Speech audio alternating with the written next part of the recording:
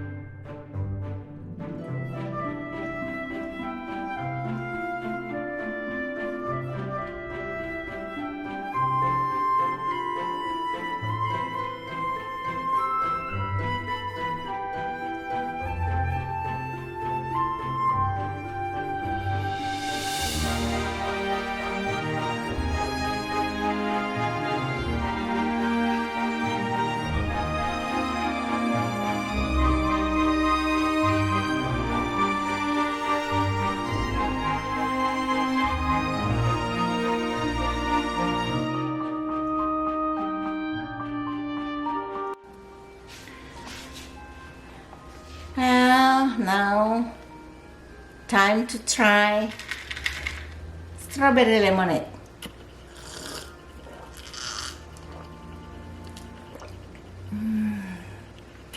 Wow. Very tasty. Very tasty. Thank you, my friend, for watching this video, and please make this because you won't regret. This is really good and really great for summer. And thank you. Please give me thumbs up if you like this video. Share and subscribe, and I will see you in the next video. Bye.